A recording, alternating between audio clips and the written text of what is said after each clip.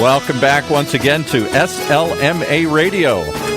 And this week's program, Outstanding Outbound, a monthly show with our host, Anne Vanella, hosting. Anne, as you know, has been a frequent guest here in the past on the SLMA.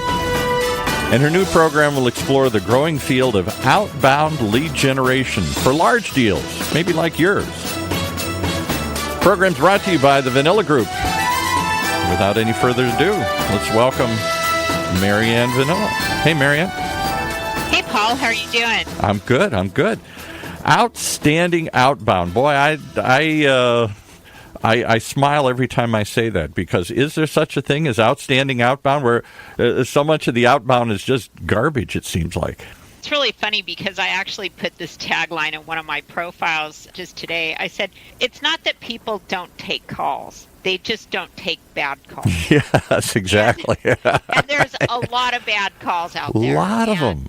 Yeah, really bad. And I think a lot of times organizations think that, putting junior people on the front lines to cut their teeth on before they can get into large account management and things like that. But really what they do is those are often the people that are first talking with new prospects, and it just makes the thing crash on the very first interaction they have with them. It really does. And I know you got a guest waiting here, but I just got to bring up one pet peeve of mine. They're all following this standard script when you answer the phone. And so you weren't expecting a sales call, and all of a sudden they say, "Hi, Mr. Roberts, how are you?" Like, that's supposed to engage me immediately. And all it does is immediately tell me it's a sales call I didn't ask for, and I'm annoyed. Right. And even calling you Mr. Roberts, it's like, okay, why don't you put your teacher on the phone? Yes, exactly, right. A lot of times reps that are inexperienced, they kind of make this immediate class distinction by talking up to their prospect. So it creates this lack of respect that you can't even have a peer-to-peer discussion when you do that. Yeah. Well, I look forward to hearing more about, can there be such a thing as outstanding outbound? Because it seems like we're just getting worse and worse at it. It's getting more robotic. I'm less and less likely to even want to engage with them after the first second. As soon as I find out what that it is, I'm annoyed and I want to quit. Right, yeah. So, yeah, like talk like a normal person. You know? Yeah, exactly. Yeah, exactly. Well, today my guest is Dan Sixsmith, and he owns a consulting firm, Sales is King Performance Consulting, and he's also CMO at Augmento Agency. So he's a well-known consultant, speaker, trainer, coach. He's a very active blogger. He serves as a CMO on a board of a nonprofit organization. They work with protecting teens from substance abuse, and he talks a lot about that personally, to help out kids. And so today, what we're going to talk about is what sales leadership is in denial about. So I want to welcome Dan. Thank you. Happy to be here.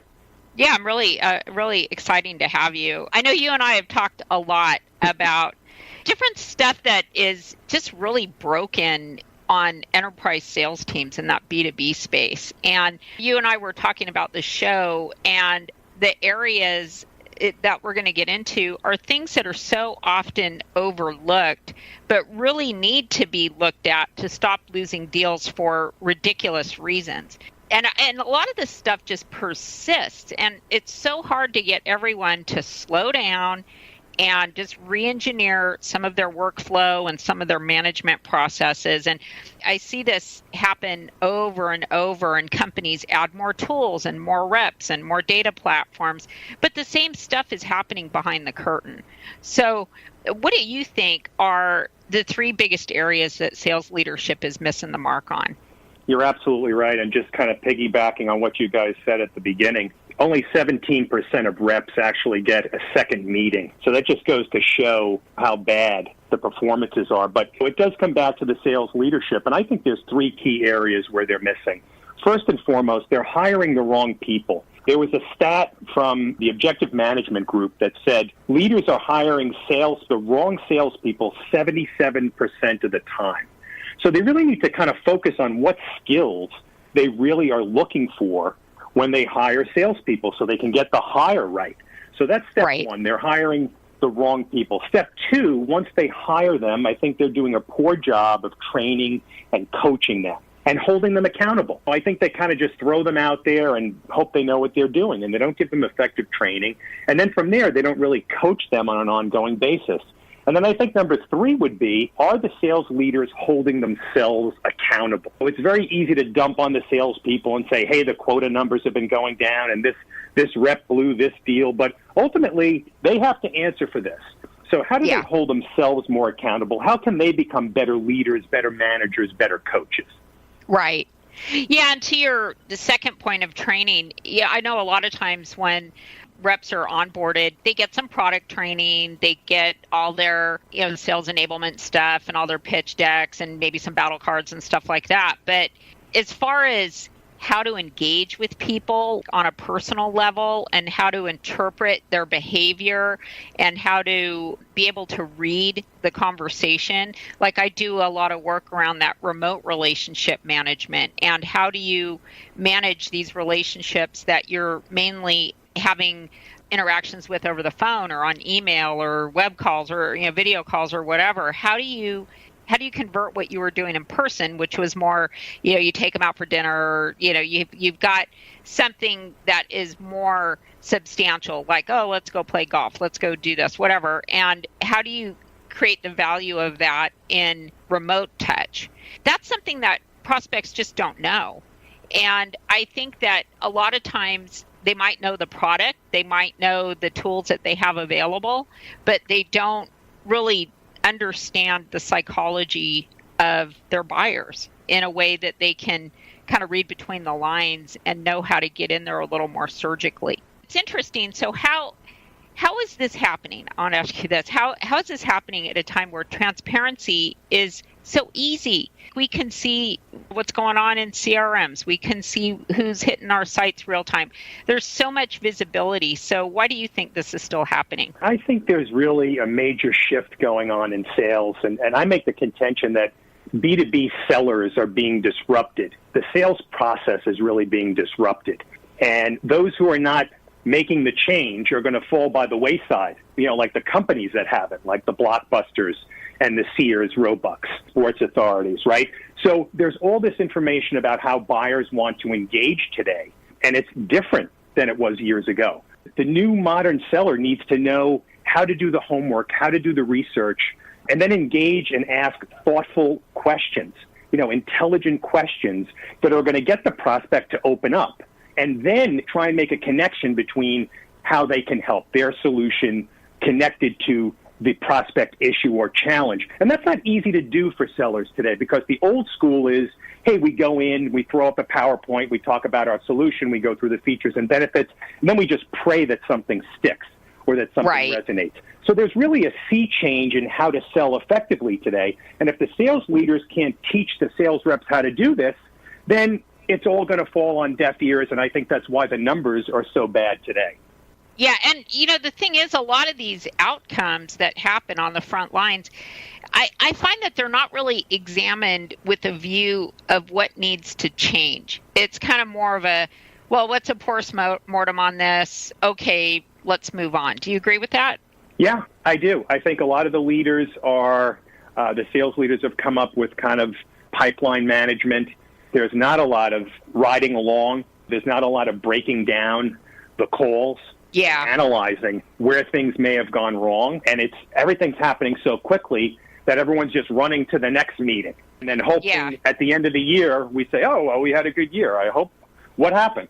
Yeah, I know. And some of this stuff is so basic: how you follow up, and engagement practices, the words you use, how to construct an email. I mean, it's really basic stuff that can make a prospect go quiet. One of my peeves, I wrote a LinkedIn article about sending your calendar in cold emails and other slop in B2B sales. And I think that sending a calendar link for prospects to do the work to get a meeting on a rep's calendar, I mean, it just sets a weird dynamic. And, a lot of prospects aren't going to respond to that. I don't respond to that. It's like, you want to sell me your stuff, you do the work to make the meeting happen. It's like, I'm not going to adjust to when you're available. Me personally, they got to do the work. I mean, what are your thoughts on that? Oh, yeah. I mean, absolutely. I've seen that. And what it says is that, like, hey, I'm more important than you. Right. You do the work. You book the meeting. You come find me. What should I do next? Write my own proposal and then send you a check. I tell our folks to always add value. In every interaction, add value. Don't be a pest. Send a piece of interesting content as follow-up to see where people are in the process.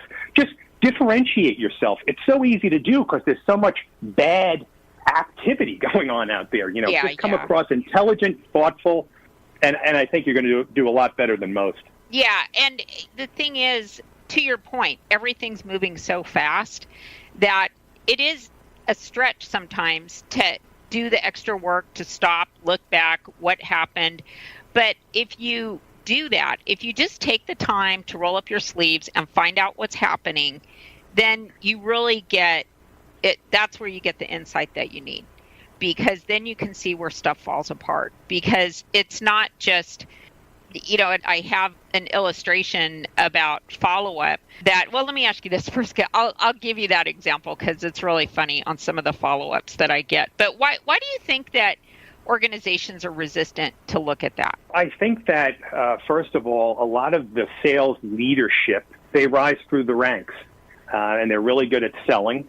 And then they start to take over teams, and they're not particularly good at leading, managing, coaching, analyzing, all of the key skills that are required today to be able to understand what's going on in your business, and then in turn train your team to do that. So I think the quality of sales leadership needs to be better, and I think the leaders need to be trained. The CEOs and the higher-ups need to provide training for effective sales management as a modern digital era manager. Right. Who are some people that that are doing it right? Like, what are some success stories? Yeah. So I've come across a few companies over the last couple of years. Hey, Dan, we're going to break. Yeah. We're going to break for a commercial in a second. Yep. I'm going to ask you that question when you come back, because I really want to talk about that, because I know we're kind of ripping on what everybody's doing that's wrong, but there's actually a lot of organizations that are doing it right. And when you experience that, it really makes a difference. So I'm going to hand it back over to Paul, and we're going to go to commercial break, and I'll be right back. And just to take a breather here and remind you that the Vanilla Group is committed to give back to our customers more than just great leads. That's it. Their objective is to deliver a customized strategic sales development solution that's sustainable. Isn't that the key? It's got to be something you can do over and over again. The Vanilla Group's solution is designed to invigorate your entire sales organization by providing your sales team with new revenue opportunities and a continuous stream of ongoing selling activities. Continuous, sustainable. Achieving this mission requires a partnership, and as your trusted partner, the Vanilla Group understands your objectives and tries to meet your requirements. For more information on what seems like a simple and obvious but very powerful premise, you can visit the website at thevanillagroup.com. VANELLA group.com. vanillagroup.com. Every time I read that, I say, that's so obvious, but so few people do that. Nobody's doing anything sustainable, continuous. Isn't that what we're trying to achieve here? Yeah. I mean, a lot of it is, turnover. And I mean, we've had clients anywhere from 4 to 10 years. And that's because it's predictable. So that's really key. We last a lot longer than their FTEs do. And I'm sure you'll talk more about this and maybe a little bit today. You should talk about the positive things. You were bashing on everybody the first half here. Now. But I think that one of the things that's missing, we all think that we have to simplify it and dumb it down. Like we were talking about scripts at the beginning. Or, hi, Mr. Roberts, how are you? Everybody's got to follow this simple pattern. And I'm not sure that that's really what works. I think if you dumb it down enough, you kill the golden goose here. You stop the continuous growth here. Right. Well, what you really need to do is not dumb it down, but you need to step it up. I mean, you got to have people that can have really sharp critical thinking skills on the front lines. You got to have people that understand how to map what's going on in these accounts to actionable items and how to map that so that they can pivot their discussions and get the information that they need to be able to progress the deal. So I think a lot of people are kind of in this pushing information. Yeah, right. Really what you need to do is pull information. And so, Dan, I just asked you, who's doing it right? Why don't you name a few examples? Yeah, sure. So to be fair to some of the sales leaders, they are running around putting out fires, right? So organizations are layering in these sales enablement functions, groups that are coming in to work with the sales leaders, to work with the sales team, to train and coach. So over the last couple of years, I've worked with a few different companies. First Union is doing a great job. Chris Kingman and his team, they put in very elaborate training and coaching and education that is repeated. You know, the whole thing about this is consistency, right? Companies will bring in trainers, right, and they do this fabulous training, and then everybody runs off into the sunset, and 7 days later, they've forgotten it all. So they have these consistent coaching programs where the reps are constantly being evaluated. People are listening into their calls because a lot of their business is done on the phone. They're reviewing the calls. They're breaking down the calls. They're trying to help them and talk to them about where they can improve, what they need to do better, or where they've been going well. Ring Central is another one. Siobhan Thatcher and her group, they're in the unified communication space and B2B. They've put together a similar program. Pegasystems as well. You really have to invest in the people, in the training, in the coaching, and make it an ongoing and consistent process. And then you start to see it become kind of a culture, right? So there's a culture of learning, a culture of coaching, a culture of sharing best practices. That's how people get better. Right. So those are a few examples that I think people are doing a great job. Yeah, no, that's great. Like I said, there's a ton of people that are doing it right. You know, they look at the sales operations function. So whether they have somebody in that role or not, sales operations is a function. You have to get in there and look at, okay, what step happening here? Gary Gross is operations guru that I know, and he's got a really, really tight infrastructure that he overlays on to organizations he works with, and there's nothing falling through the cracks there. So it really makes a difference because you can see that there's not all these blind spots that are going on. And you're right, a lot of it is just being busy. Quotas are growing. And one of the things I mentioned, we were just featured in Silicon Valley Review. And one of the things, or Silicon Review, one of the things that I mentioned is that the vendor space is more crowded. Therefore, there's more teams, there's more outreach. So there's a lot of noise out there. So the pressure on reps is huge, but there are things happening which are totally unnecessary. For example, I had one. It was an enterprise, big company. All of you know who it is. I won't say it. And that we needed to buy something from them. And I inquired and we bought their platform. But they had SDRs following up on that initial lead months after we already bought the platform. Talk about broken. Obviously, their CRM isn't integrated with their automation, with their forms, with all this other stuff. Maybe they're using a third party to do that. I don't know.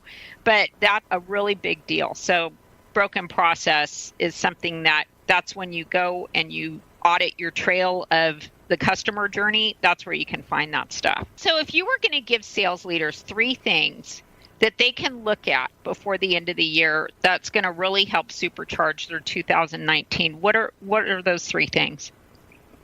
Yeah, so they really need to go back and analyze the year, right, and see what was good and what was bad. But number one, they have to decide what skills they're looking for in their sales reps going forward, and then hire the right people. Hire the people that fit that description. There was an article in Fast Company recently that asked the question, is sales moving to become more of a STEM job? Science, technology, engineering, and math. It is.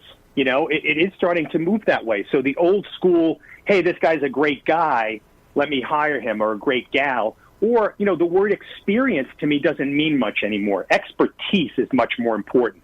I've got 30 years experience in selling, but the way I sold in 1989, if I sold today, I wouldn't be doing very well. Right. Look for people with expertise, number one.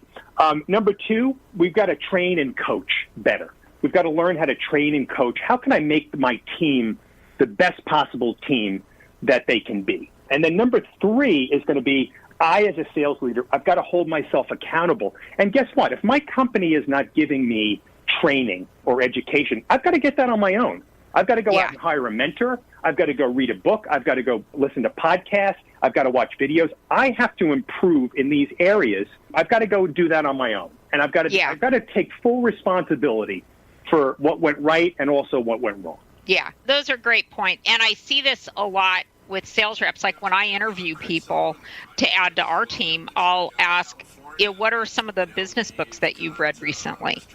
And a lot of them haven't read anything, or a lot of them don't have anybody that has really stood out to them in the space. And that tells me a little bit about them. And I know just the whole idea of listening and having those types of skills and being able to solve problems. And how did you solve a problem like this? How did you address a customer like that? When did you go above and beyond what was really the scope of your role to be able to help a client when they were having a problem?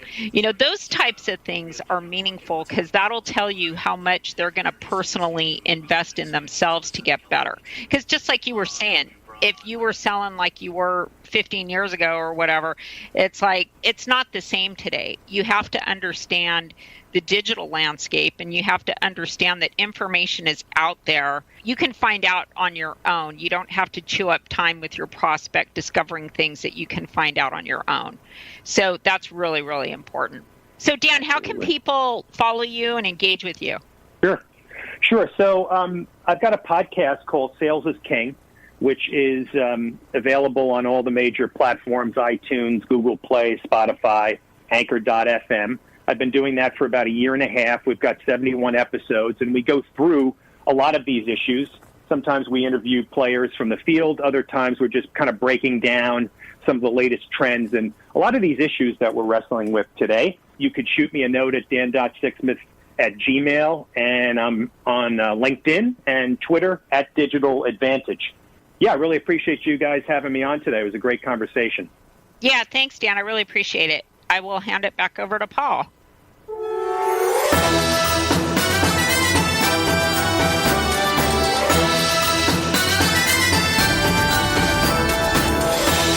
You've been listening to another episode of Outstanding Outbound with host Anne Vanella. Brought to you by the Vanella Group and Funnel Radio Channel for at-work listeners like you.